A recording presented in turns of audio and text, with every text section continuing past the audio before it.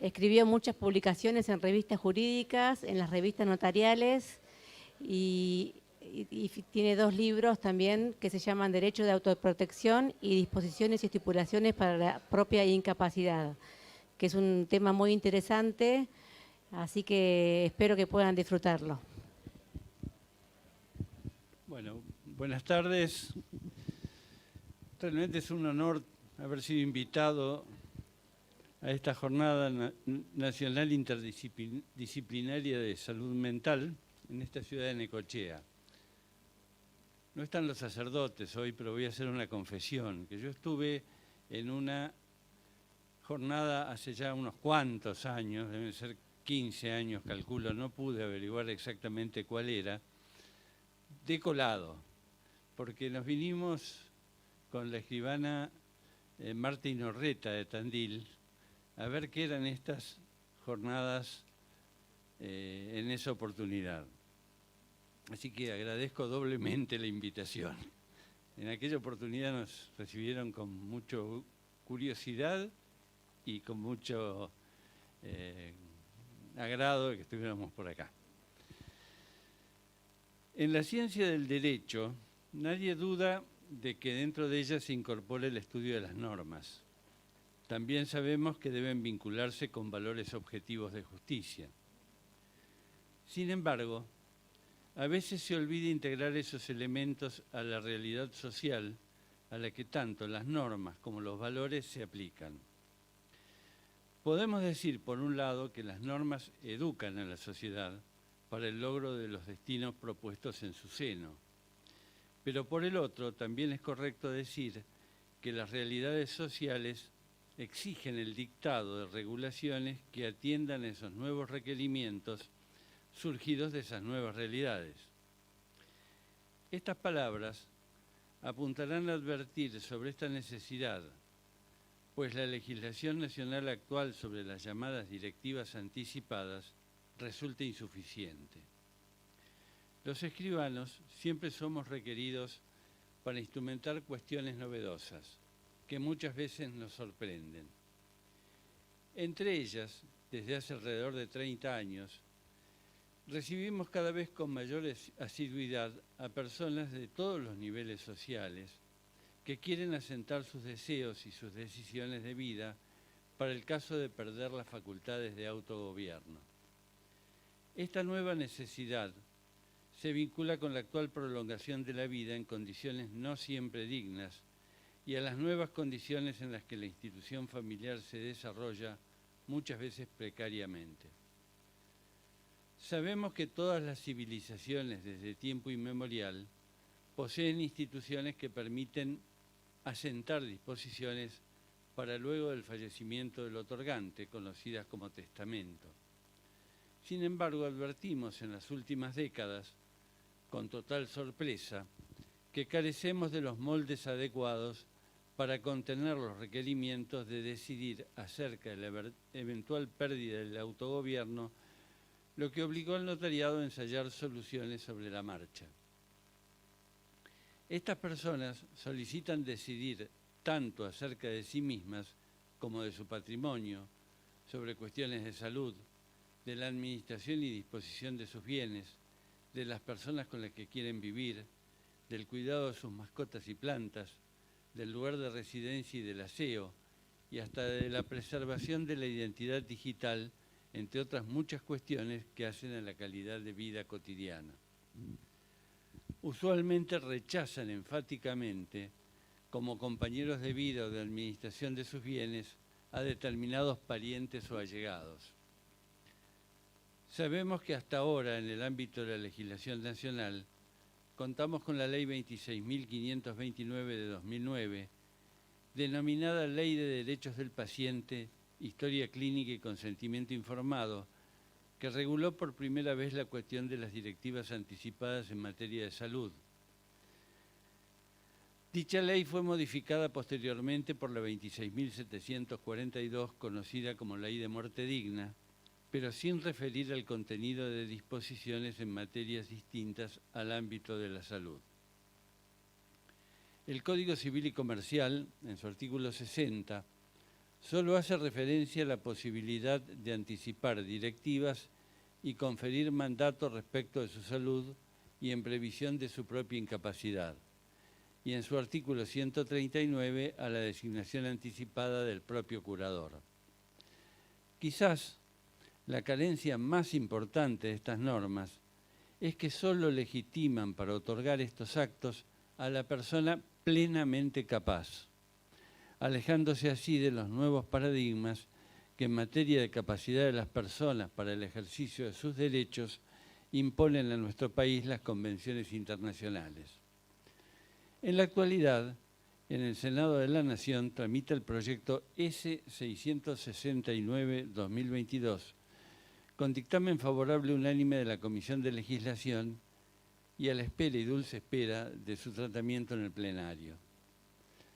Atiende a cubrir adecuadamente estas necesidades desde la óptica que surge de las convenciones internacionales de derechos humanos para la protección de las personas en situación de especial vulnerabilidad. Está emparentado, sin duda, con las conductas autorreferentes del precursor artículo 19 de nuestra Constitución Nacional. En virtud de la dispersión y falencias normativas apuntadas, la sanción de este proyecto de ley llenaría la función de ordenar en el derecho de fondo la legislación, como dice el artículo 1 del Código Civil y Comercial, de acuerdo a la normativa constitucional y convencional vigente en materia de derechos humanos, a regularla no solo para cuestiones de salud y a pautar el otorgamiento de estos actos jurídicos y su registración. Por ello, intentaré reseñar brevemente el contenido de este proyecto de ley con el fin de resaltar las falencias de la legislación actual. El proyecto define 3 institutos básicos que dan continente a estas decisiones vitales. En primer lugar, lo que llamamos actos de autoprotección, a los que define como el acto personalísimo en el cual la persona expresa su voluntad de manera fehaciente, mientras cuenta con aptitudes suficientes para ello, sobre materias autorreferentes para que sean respetadas ante la eventual pérdida de su autonomía. También regula la existencia de poderes preventivos, como actos jurídicos unilaterales, destinados a ser ejercidos con posterioridad a la pérdida del autogobierno, y los mandatos preventivos como actos jurídicos bilaterales para ser ejercidos en igual situación. La enumeración de estas herramientas no ha de impedir, luego de la sanción del proyecto, que se continúen utilizando con el mismo fin otras que ya se encuentran definidas en la legislación vigente, tales como el fideicomiso o el contrato de renta vitalicia.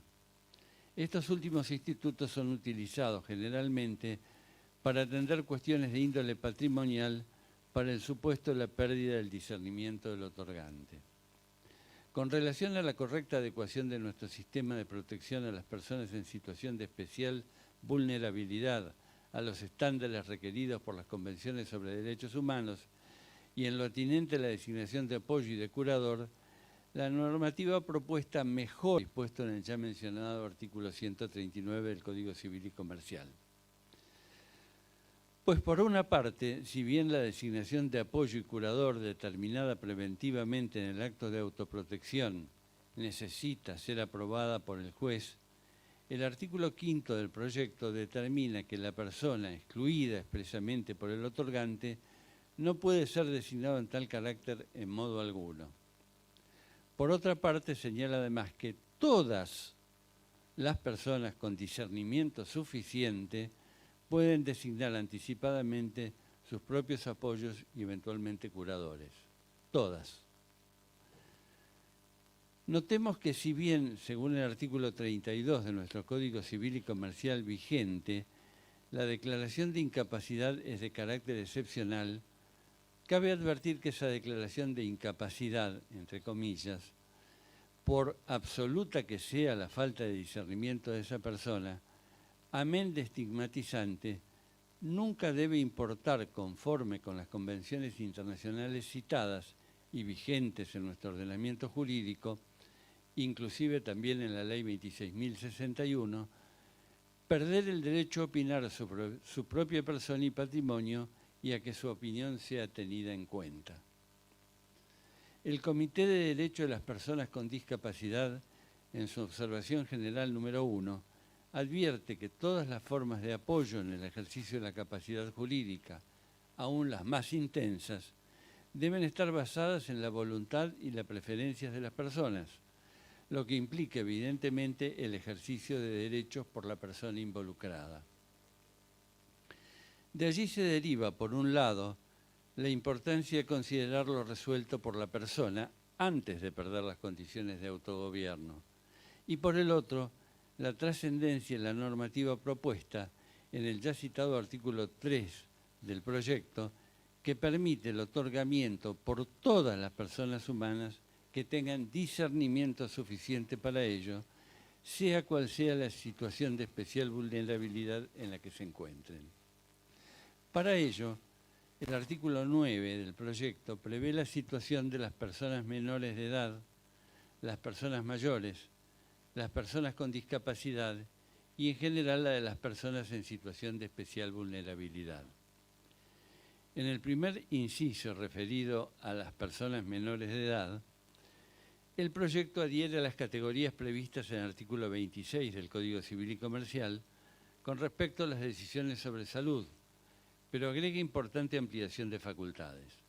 La facultad a adoptar estas decisiones de manera anticipada y a plasmar su voluntad fehacientemente en un acto de autoprotección.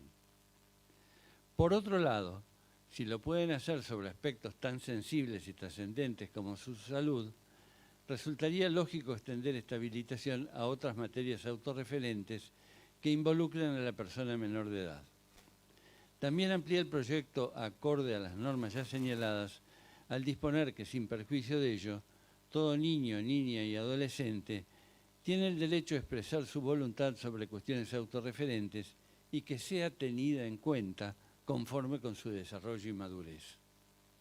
El segundo inciso referido a personas mayores tiene importancia capital para el inicio de la adecuación de nuestra legislación a la respectiva Convención Interamericana ya mencionada. Más allá de describir múltiples contenidos de las directivas que se pueden incluir en las disposiciones autorreferentes, se destaca la mención al propio proyecto de vida conforme a sus tradiciones y creencias y a brindar de manera anticipada su consentimiento libre e informado e instrucciones respecto de las intervenciones en materia de atención de su salud, incluidos los cuidados paliativos y directivas referidas al final de la vida. Dispone también la necesidad del consentimiento informado de la persona que ha de ser internada en un residencial gerontológico o institución de hospedaje de larga estadía, temporal o permanentemente. Agrega, en el caso de no contar con el discernimiento suficiente y haber designado oportunamente una persona al efecto en un acto de autoprotección o poder preventivo, se debe recabar el consentimiento expreso de la persona autorizada. En cuanto a las personas con discapacidad, En cuanto a las personas con discapacidad, admite el otorgamiento de los actos autorreferentes en comentario si cuentan con discernimiento suficiente, voluntad que debe ser respetada. En el último inciso, referido a las personas en situación de especial vulnerabilidad, el proyecto dispone el derecho a otorgar los actos regulados en la presente ley y a utilizar para ello todos los apoyos humanos y tecnológicos adecuados que garanticen la fiel y auténtica expresión de voluntad.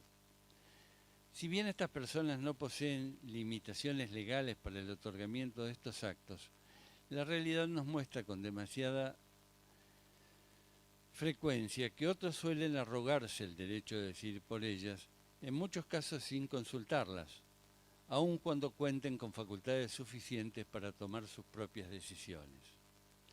Se habla de la cultura del viejismo, que generó la necesidad de sancionar la ya mencionada Convención Interamericana. También persisten viejos resabios que continúan asociando discapacidad con incapacidad para el ejercicio de derechos. De allí el empeño de este proyecto en habilitar el otorgamiento para los actos de autoprotección a quien cuente con discernimiento suficiente, como dijimos, sin limitaciones injustas referidas a la edad o a otras circunstancias de vida.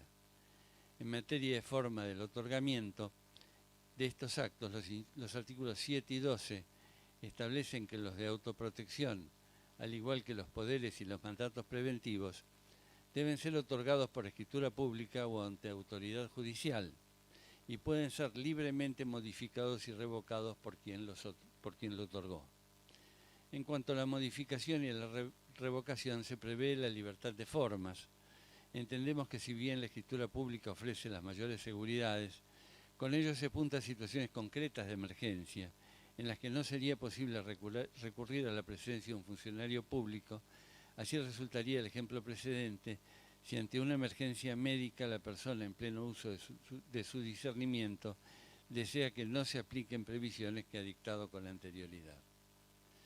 El artículo 10, por un lado, aumenta el número de personas legitimadas para solicitar judicialmente la restricción a la capacidad de ejercicio, pues agrega a la persona designada en un acto de autoprotección o en un poder preventivo con facultades explícitas para ello.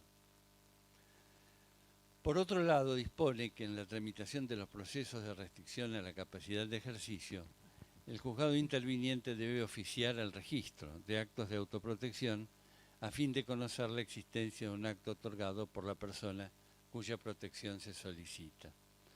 Sobre este punto me permito recordar que en casi todos los colegios notariales de nuestro país existe un registro de actos de autoprotección, los que se encuentran vinculados en un centro de registración del Consejo Federal del Notariado Argentino. También me permito recordar que en nuestra provincia, conforme con los artículos 619 bis y 814 del Código Procesal, resulta la obligación en ciertos casos de oficiar este registro en los trámites de restricción a la capacidad de ejercicio y la obligación de tener en cuenta las decisiones anticipadas en ellos contenidas. Solo en la provincia de Buenos Aires los actos otorgados. Para concluir, deseo advertir que también estamos frente a un importante vacío legislativo y doctrinario, inclusive no previsto en este proyecto, que plantea dudas a la escasa jurisprudencia existente. Se trata de la situación atinente de lo que las convenciones denominan capacidad jurídica, pero vinculada ya no con falta de discernimiento, sino con discapacidades físicas, sensoriales o simplemente vejez o cuestiones de género.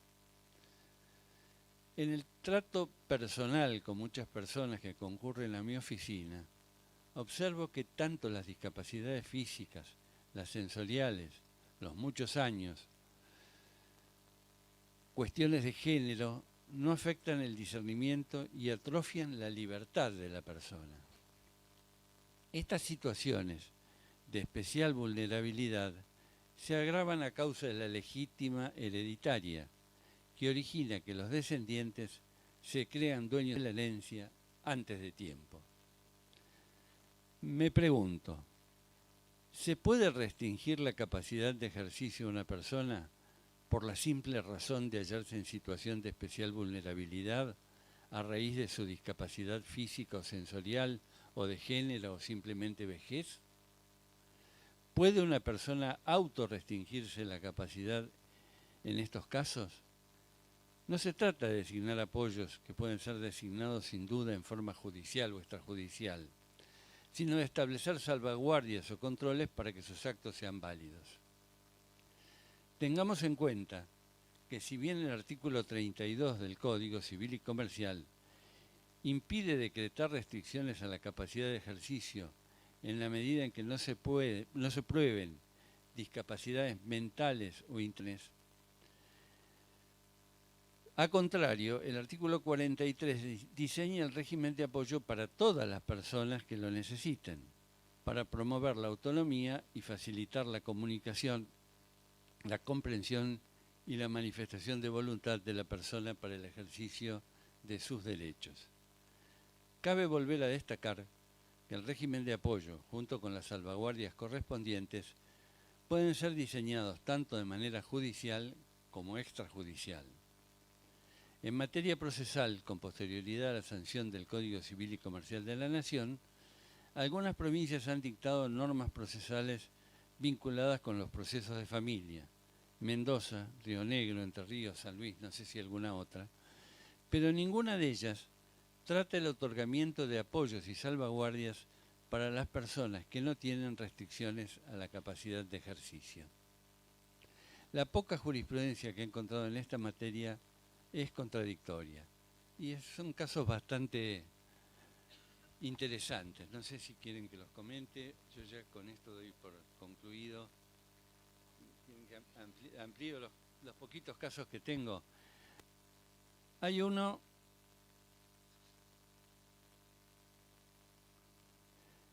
que viene de Viedma, provincia de Río Negro, en donde la jueza interviniente dijo que si el señor H. goza de plena autonomía para la toma de decisiones, entre ellas elegir quién lo acompaña en la toma de sus decisiones y ejercer sus derechos, designarle judicialmente una figura de apoyo significa limitarle el ejercicio y pleno goce de su capacidad. Hágase saber a éste que podrá designar a su abuelo como persona de apoyo en forma extrajudicial y, en su caso, desistir del presente trámite. Se trata de una persona creo que con esquizofrenia. En otro caso también viene del fuero de familia, que creo que también es de Río Negro.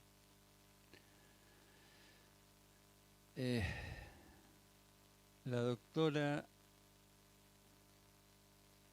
se dijo que el propio artículo 43 propone una herramienta clara que habrá de ser utilizada no solo en el marco de los procesos de restricción a la capacidad, como una consecuencia de la sentencia que limita el ejercicio de la capacidad jurídica, sino también habilita a designar u homologar un acuerdo de apoyos en forma autónoma. Hay un caso muy raro de Gualeguaychú. Se trata de una persona sordomuda que no sabe darse a entender por escrito, pero que enseña lengua de señas. Es curioso, porque no sabe darse a entender por escrito, pero enseña lengua de señas. Estaba incapacitada, de acuerdo al 153 del Código de Vélez. Y allí la Cámara, llegó el tema Cámara, y dos de los jueces dijeron no corresponde restringirle la capacidad de ejercicio. Y el tercer juez, resulta un poco curioso, dice que, bueno, que ya su voto ya no va en contra, pero que le preocupa que a esta persona le van a quitar la pensión, porque deja de estar incapacitada. Y hay un caso que no está publicado, pero que conozco a través de un colega platense, que hizo una escritura estupenda. A mí me ha tocado también intervenir como testigo, ¿no? Como autorizante por un problema de competencia territorial. Esto es en un caso de una persona que solo se comunica a través del movimiento de sus ojos y con el movimiento de sus ojos escribe en la computadora. Son casos terribles, ¿no? La presencia, el ver la persona, etc. Y mi colega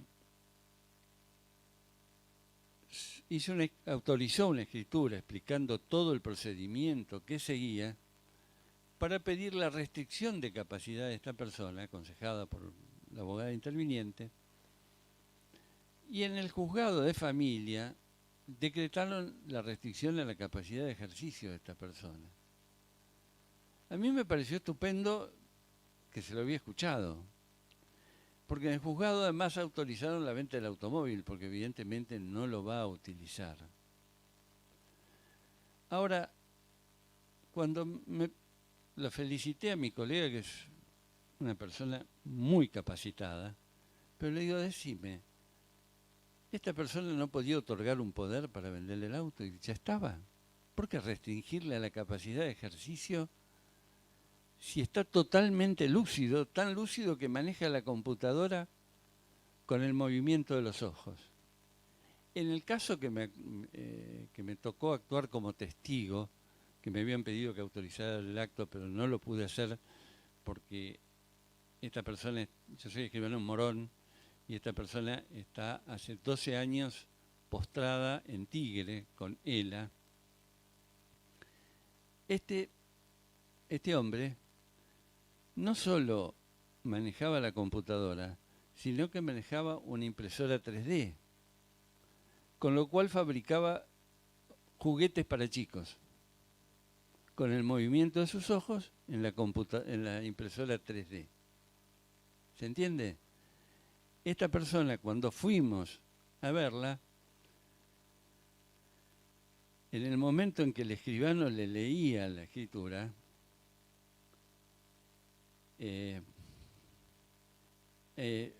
abrió el correo electrónico, se introdujo en el Gmail, abrió el proyecto de escritura y lo iba siguiendo con la vista mientras el escribano lo leía. ¿Se entiende? Bueno, estos casos creo que es un tema que tenemos que estudiar.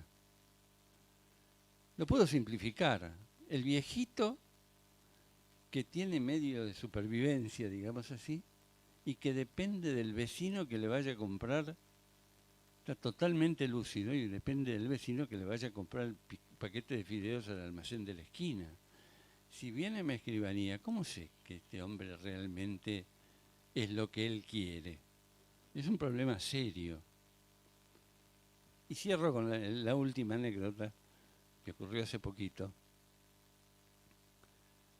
de un abogado, bueno, vino a fin del año pasado, a decirme que necesitaban vender un departamento que había sido la sede del hogar conyugal donde él se crió. Padre fallecido, la madre 102 años, internada en un geriátrico cerca de mi escribanía.